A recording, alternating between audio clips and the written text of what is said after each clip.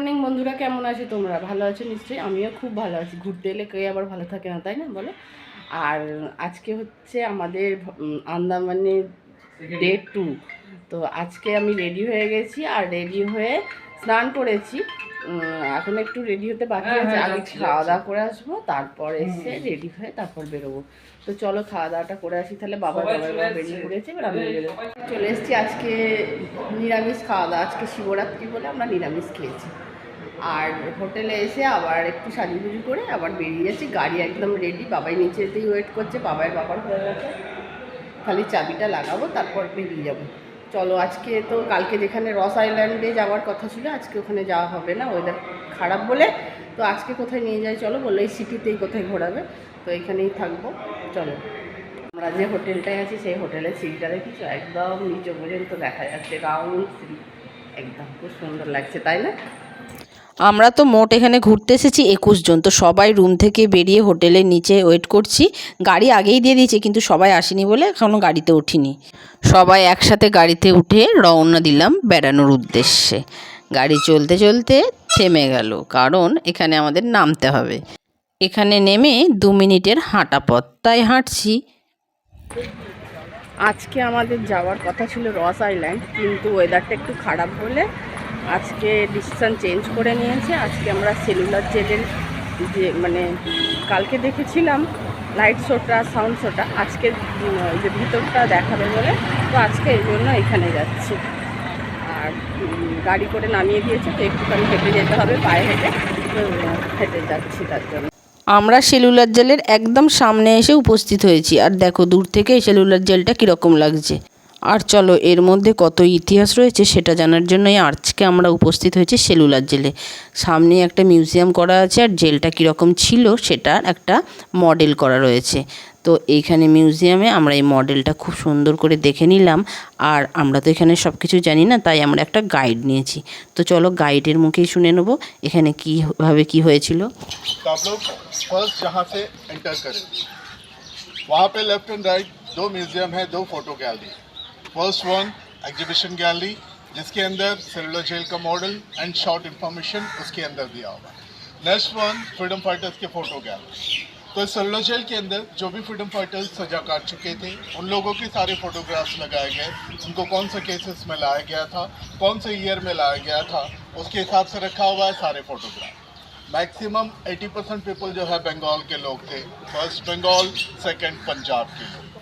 जैसे आप अंदर आए हो, आ जाइए आप लोग, आ जाइए। ये जो बड़ा सा जो चबूतरा देख रहे हैं व्हाइट कलर की मार्बल वाली, तो ये है मेमोरियल शहीद स्मारक। तो सेलुलर जेल के अंदर जो भी फ्रीडम फाइटर्स शहीद हुए थे उन लोगों की यादगार में बनाया गया मेमोरियल है। आज़ादी के बाद बनाया गया 1985 में। और यहाँ पे देख सकते हो ये 2 जोत जल रहा है। ये दोनों जोत इन फ्रीडम फाइटर्स के श्रद्धांजलि में 24 आवर्स जलते रहते हैं बाय गैस। पर मंथ 48 सिलेंडर यूज करते हैं इस दोनों जोत को जलाने के लिए। तो जो एग्जीबिशन गैलरी है, और जैसे आप अंदर आए वो देख सकते हो सेलुलर जेल का जो मॉडल ब्रिटिश गवर्नमेंट ने जो बनाए थे, जेल का मॉडल था स्टारफिश के मॉडल। क्लॉकवाइज थी पूरी जेल। स्टारफिश के मॉडल इसलिए चॉइस किया गया कि कम से कम जगह में ज़्यादा से ज़्यादा लोगों को कैद कर पाए। जैसे कि इस प्रकार का टोटल 7 विंग्स हुआ करता था। सो इस पूरे 7 विंग्स में टोटल सेल्स जो होते थे 693 सेल्स हुआ करता था। बट अभी जस्ट 3 विंग्स बचे हुए, नंबर 1, नंबर 7 और इसके पीछे नंबर 6। तो other 4 wings second world war के समय 1942 में जापानीज ने यहाँ पे बॉम्बिंग की थी, और बॉम्बिंग की वजह से जो है मैक्सिमम 4 विंग्स टोटली डिस्ट्रॉय हो गया। डैमेज होने के बाद आफ्टर इंडिपेंडेंट इंडियन गवर्नमेंट ने अभी इसके प्लेस पे पूरा हॉस्पिटल बना के रखा हुआ है, government hospital, Jimmy park hospital, जो कि हम सबसे टॉप में चलेंगे, वहाँ से आप लोगों को पूरी जेल क्लियर नजर आएगी। एंड देख सकते हो जो मॉडल बना के रखा हुआ ब्रिटिशर्स ने, एक विंग का फ्रंट है तो दूसरे विंग का बैक है। फ्रंट बैक इसी प्रकार के बना के रखे हुए थे पूरे 7 विंग, ताकि उन कैदियों के बीच कोई कम्युनिकेशन ना हो पाए, वो लोग आपस में एक दूसरे को देख भी ना पाए। और उन फ्रीडम फाइटर्स के लिए हर 2 विंग्स के बीच में, जैसे ये 2 विंग्स है, इसके बीच में ये जो प्लेस होता था ये पूरी ओपन प्लेस थी, खाली जगह थी। उनसे जो भी काम करवाना हो, उनको जो भी पनिशमेंट देना हो, सारे कुछ जो है इसी प्लेस पे करवाया जाता है। सो एग्जाम्पल के तौर पे सामने देखिए एक स्टेचू दिख रहा है व्हाइट कलर का, वो जो पुतला, वो जो स्टैचू देख रहे हैं आप लोग, इसे कहा जाता था फ्लॉगिंग स्टाइल, हिंदी में टिकटिकी कहा जाता था।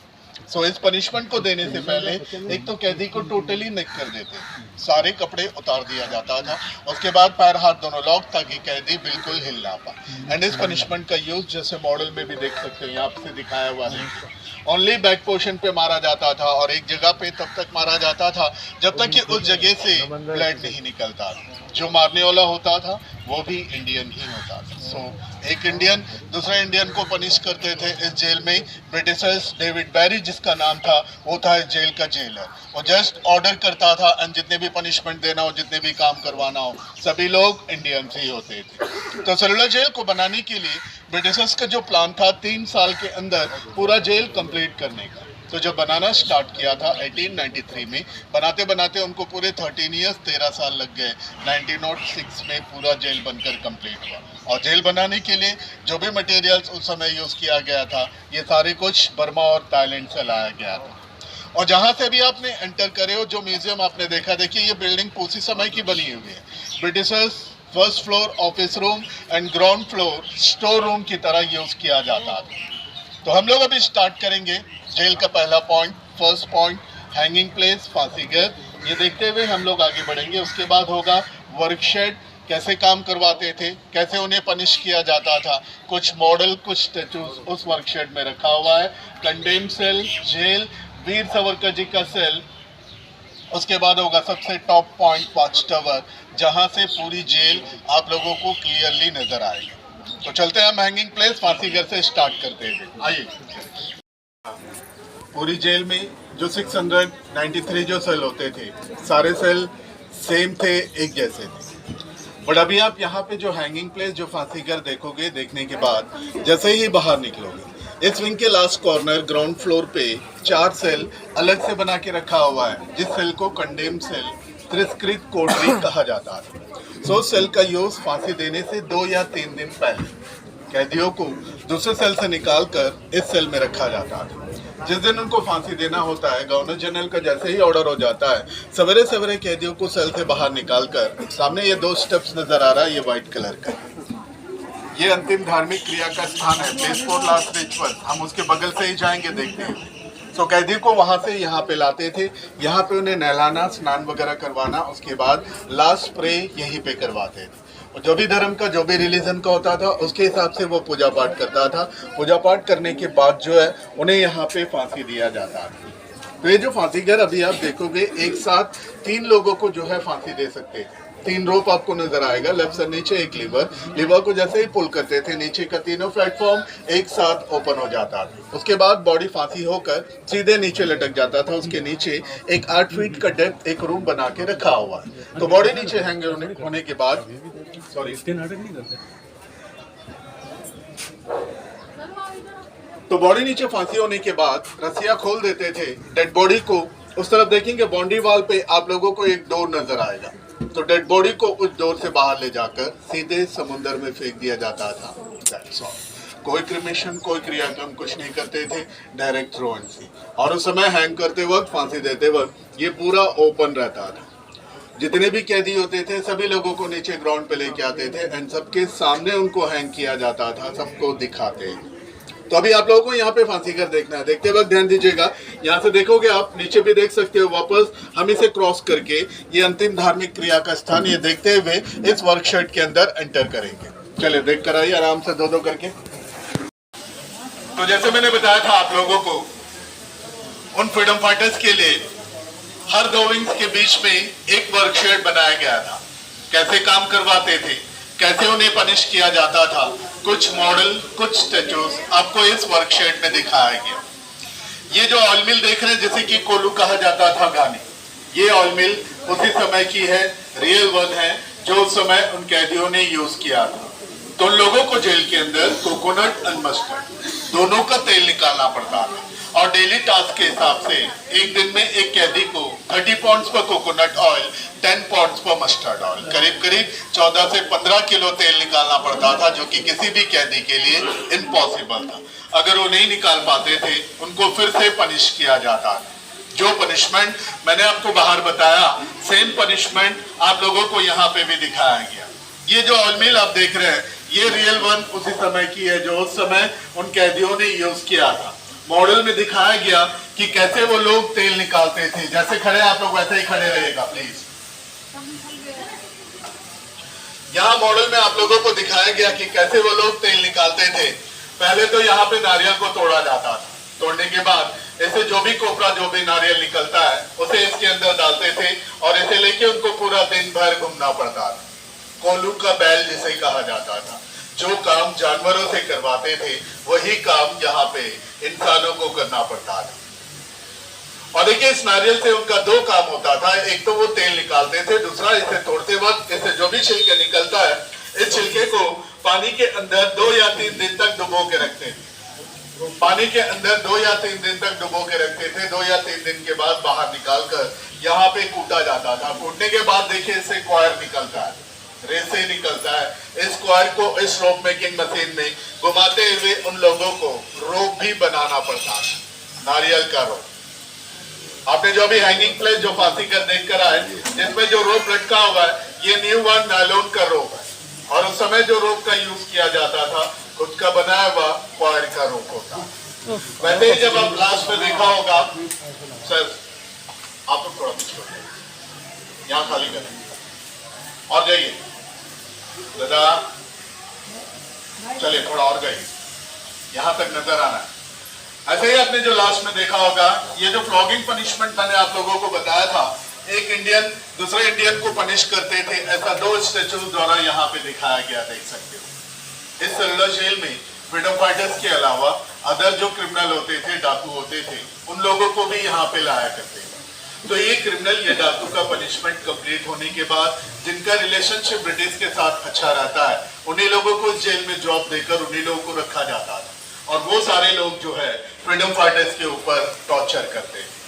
और जेल के अंदर जो सबसे ज्यादा खतरनाक, जो डेंजर जो प्रिजनर होते थे, उन लोगों को किस प्रकार का चैन से बांध के रखा जाता था, ये आपको लास्ट 3 स्टैचूज द्वारा दिखाया गया।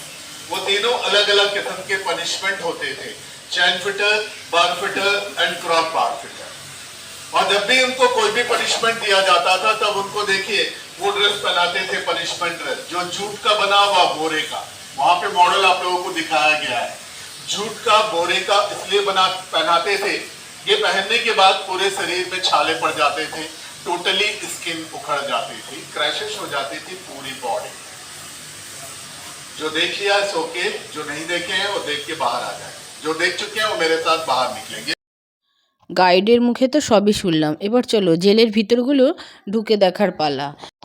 যেদিন আমরা সেলুলার জেলটা দেখতে গিয়েছিলাম সেদিন ছিল বীর সাভারকারের মৃত্যু দিবস, তাই মহারাষ্ট্র থেকে অনেক লোক এসেছিল মৃত্যু দিবস পালন করার জন্য। আর এখানে কোনো বিপ্লবীর তো নির্দিষ্ট কোনো ঘর ছিল না, শুধুমাত্র বীর সাভারকার একটা জায়গাতে 10 বছর ছিল, তাই ওনার ঘরে আজকে ছবি দিয়ে, ছবিতে মালা পরিয়ে গান করা হচ্ছে, অনেক কিছু করা হচ্ছে। তো তোমাদের সঙ্গে সেটা একটু দেখিয়ে দিই। দেখো ওই ঘর থেকে বের হয়ে চলে এলাম। এবার চলো তোমাদেরকে দেখায় জেলগুলো কীরকম ছিল। দেখো এই যে গর্তটা দেখা যাচ্ছে, এইখান দিয়ে খাবার দেওয়া হতো। আর এইটা হচ্ছে হ্যাসবল, কত বড় হ্যাসবল দেখেছো, আর কীভাবে লকটা করা আছে একদম এদিক থেকে এদিক, এত বড়। চাবিটা যদি কোনো ক্রমেও বিপ্লবীরা দেখতে পেত, কিন্তু কোনো মতেই খোলা কোনো মতেই সম্ভব ছিল না। তো এইগুলো ফাঁকা এরকম পড়ে রয়েছে। জেলে যে 7টা ছিল না স্টারফিশ, এই যে একটা, এই একটা আর এই একটা, 3টে আছে। এটা 6, এটা 7 আর ওটা 1। আর এই দিকটা নষ্ট হয়ে গেছে বলে ওই দিকটা হসপিটাল করা হয়েছে আর ফাঁকা। আর এইখান থেকে দেখো আমরা তো এখন পুরো টপ ফ্লোরে চলে এসেছি, পুরো সমুদ্রটা একদম পাশে। আর এখানকার থেকে সমুদ্রটা দেখতে বেশ সুন্দর লাগছে, কিন্তু দেখতে ভালো লাগছে না আজকে। কেন বলো তো, এত কাহিনী শুনেছি যে মনটা একদম ভারাক্রান্ত হয়ে গেছে। সেলুলার জেলের ভিতরটা আমাদের দেখা হয়ে গেছে, এবার আমরা এখান থেকে বেরিয়ে যাব, দেখি আবার কোথায় নিয়ে যায়। তো এটা দেখে না মনটা ভীষণ খারাপ হয়ে গেল। দেশের জন্য তারা কত কষ্ট করেছে, আর আমরা কীভাবে মানে অনেস্ট থাকতে পারি না।